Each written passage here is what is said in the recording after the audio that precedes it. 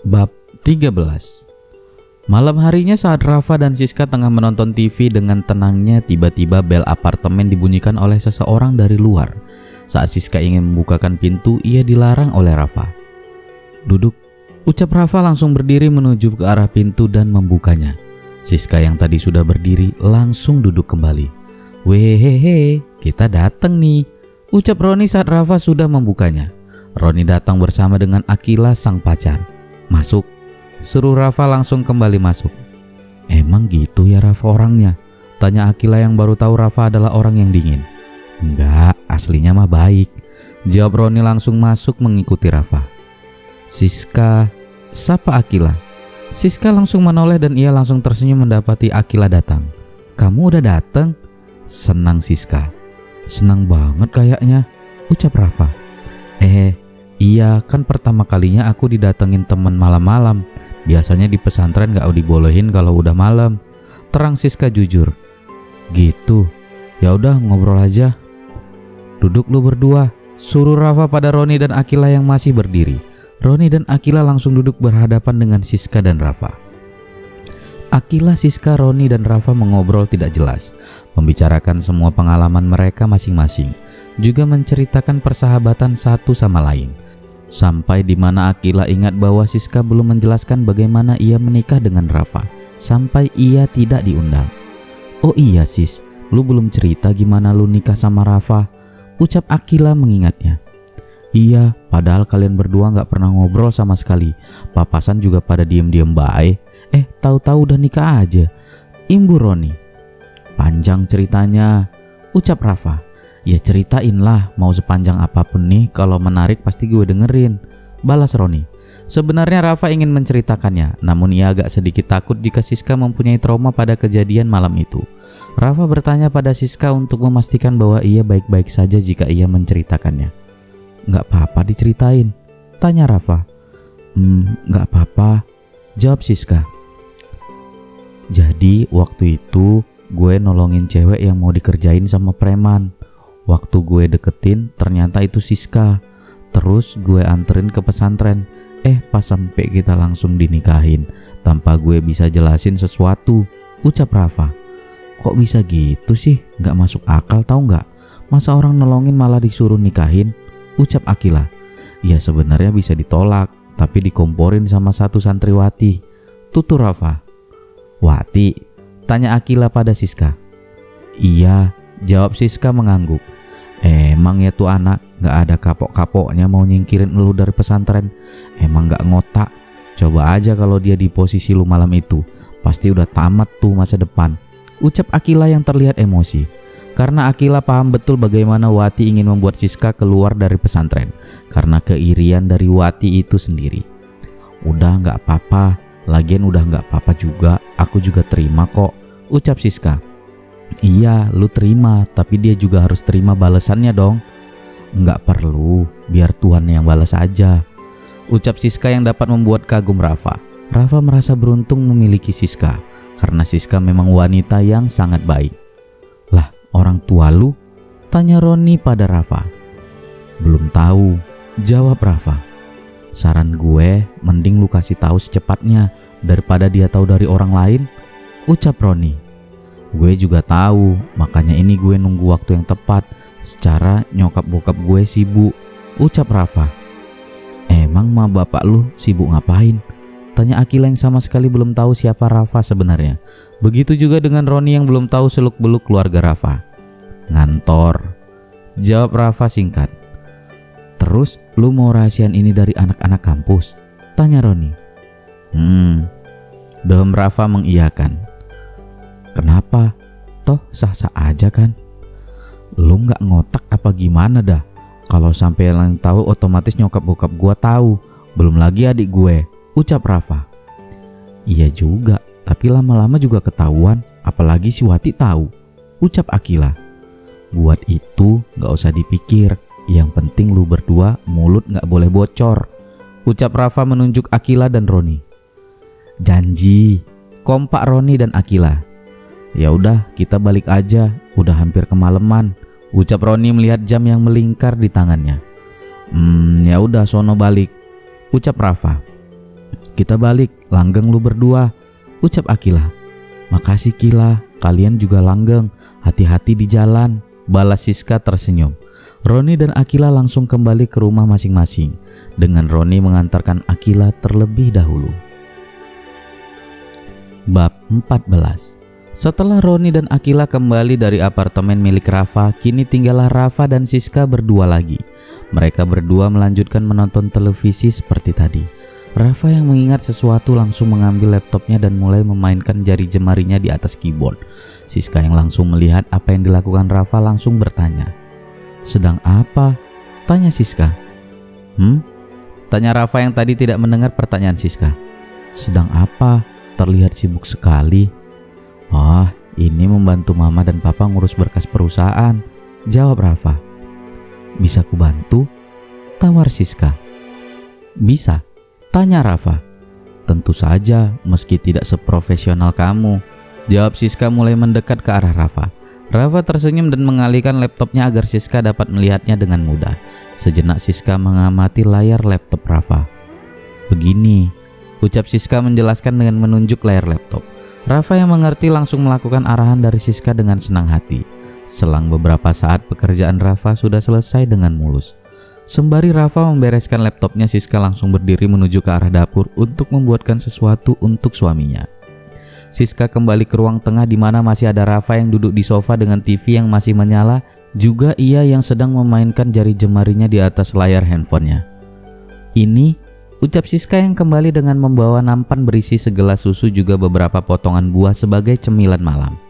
"Terima kasih," ucap Rafa mengambil susunya. "Pengertian sekali," puji Rafa setelah meminum susunya. Tidak perlu memuji, aku kan sebagai istri, jadi harus melayani suaminya. Lagian itu juga yang diajarkan oleh kiai dan ustazah," terang Siska. Begitu ya," ucap Rafa mengangguk-angguk. "Dan ya, aku ingin kau tidak memperlakukanku sebagai suami yang harus kau puja-puja," ucap Rafa. "Lalu, bukankah memang harus begitu?" bingung Siska. "Aku ingin kau memperlakukanku sebagai temanmu. Dengan begitu, kita akan menjadi lebih dekat," tutur Rafa. "Lagian, aku juga tidak pernah memintamu untuk melakukannya. Bersikap sebagai teman lebih nyaman bagiku," lanjut Rafa. "Baiklah, aku akan menjadi teman yang baik," ucap Siska tersenyum. Dalam hatinya sangatlah tersentuh dengan apa yang diucapkan Rafa yang berbeda dari suami-suami pada umumnya.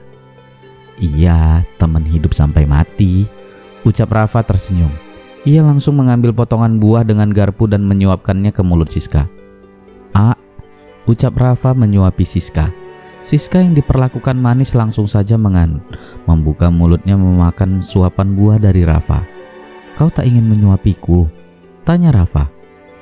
Baiklah," ucap Siska yang langsung mengambil potongan buah dan menyuapkannya pada Rafa. "Begini rasanya," ucap Rafa yang mulutnya dipenuhi dengan buah sehingga ucapannya terdengar tidak jelas. "Telan dulu, baru bicara," ucap Siska mengingatkan Rafa. Rafa langsung mengangguk, mengunyah dan menelan buahnya.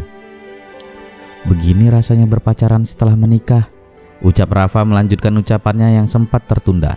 Siska yang mendengar langsung dibuat malu. "Bisa saja," malu Siska. "Iya loh, aku merasakan bahwa ini memang berbeda rasanya, lebih nyaman dan tidak ada yang akan mengomentari," ucap Rafa. "Memangnya dulu kau pernah berpacaran?" tanya Siska sedikit ragu, namun ia tetap menanyakannya. "Tidak pernah," jawab Rafa. "Sama sekali?" tanya Siska. "Iya istriku sayang, aku sama sekali tidak pernah berpacaran dengan wanita manapun. Baru kali ini saja, itu pun langsung berpacaran dengan istriku," jujur Rafa berterus terang. Ia sama sekali tidak ingin menyembunyikan apapun dengan Siska. Siska yang mendengar kejujuran Rafa langsung tersenyum dan bersyukur. Ia mempunyai suami yang sangat baik. "Kau bagaimana?" tanya Rafa. "Sama," jawab Siska juga jujur. "Baiklah, kita sama-sama baru pertama kali," ucap Rafa. "Sekarang sudah malam, masuk kamar dan tidurlah," suruh Rafa. "Baiklah," jawab Siska langsung membereskan gelas dan piring, membawanya ke dapur dan langsung pergi ke kamarnya. Rafa dan Siska belum tidur satu kamar, karena Rafa juga takut kalau Siska merasa tidak nyaman. Jadi ia memutuskan kalau dirinya akan tidur di sofa, sampai Siska merasa nyaman dan melupakan sedikit traumanya. Bab 15. Pagi harinya Rafa terbangun terlebih dahulu. Ia langsung membereskan bantal dan selimutnya. Ia melipat selimutnya dan menaruhnya di ujung sofa. Ia langsung berjalan menuju ke kamar mandi, namun sebelum itu ia memutuskan untuk masuk ke dalam kamar untuk mengambil pakaiannya. Saat ia hendak masuk, ternyata kamar masih tertutup. Ia mengetuk pintunya pelan. "Siska," panggil Rafa, namun tidak ada jawaban dari Siska. "Siska," panggilnya lagi, namun masih tidak ada jawaban dari Siska. Masih tidur kali ya? Tapi kan dia nggak pernah kesiangan. Biasanya aja bangun pagi banget. Batin Rafa langsung membuka pintunya. Ia mendapati Siska yang masih tertidur. Tumben, gumam Rafa langsung menuju lemari dan mengambil pakaiannya. Siska yang merasa ada yang masuk ke dalam kamar langsung membuka matanya memastikan. "Ah, siapa kamu?" Kaget Siska yang langsung menarik selimut menutupi rambutnya yang terbuka karena hijab yang ia kenakan ia lepas sebelum tidur. Rafa yang sedang serius memilih baju dikagetkan dengan teriakan Siska yang tiba-tiba. Ia langsung menjatuhkan baju yang ia pegang dan berbalik menatap Siska yang menutup kepalanya rapat-rapat. "Siska, ini aku," ucap Rafa yang melihat Siska yang masih terkaget. Ia langsung mendekat dan mengambilkan minum untuk Siska. "Ini, minumlah," ucap Rafa menyodorkan gelas berisi air. Namun Siska tidak menggapainya karena tangannya yang masih memegang selimut erat-erat. "Kenapa kau begitu takut? Aku ini bukan setan," ucap Rafa langsung duduk di samping Siska dengan memajukan gelasnya hingga ke depan mulut Siska. "Minum, biar kagetnya hilang," lanjut Rafa. Siska langsung meminum air langsung dari tangan Rafa.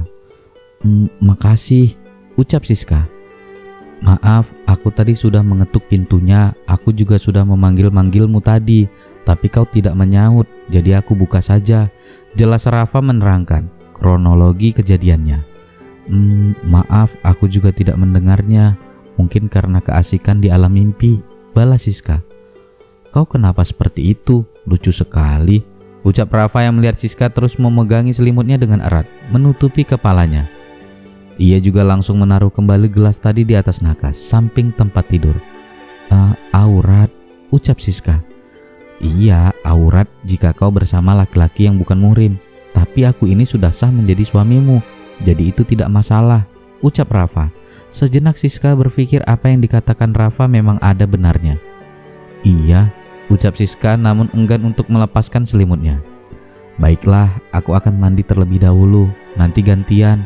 Kebetulan juga aku ada jam pagi," ucap Rafa langsung pergi mengambil kembali pakaian ia jatuhkan tadi dan langsung pergi ke kamar mandi.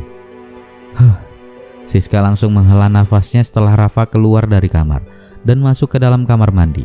Ia langsung mengambil jilbabnya dan pergi ke dapur untuk membuat sarapan seperti biasanya untuknya dan Rafa. Setelah Siska selesai masak, Rafa juga baru saja keluar dari kamar mandi. "Giliranmu," ucap Rafa. "Biarkan makanannya di situ, aku yang akan menatanya di meja, kau mandi saja," lanjut Rafa saat ia melihat Siska belum memindahkan makanannya di atas piring. "Baik," ucap Siska langsung meninggalkan masakannya yang sudah jadi dan pergi ke kamar mandi. Rafa langsung saja menyajikan masakan Siska ke dalam meja dan menaruhnya di atas meja. Ia melihat ada yang masih kurang. "Susu," ucap Rafa langsung mengambil susu dan menuangkannya ke dalam gelas. Sembari menunggu Siska, ia bermain dengan handphonenya.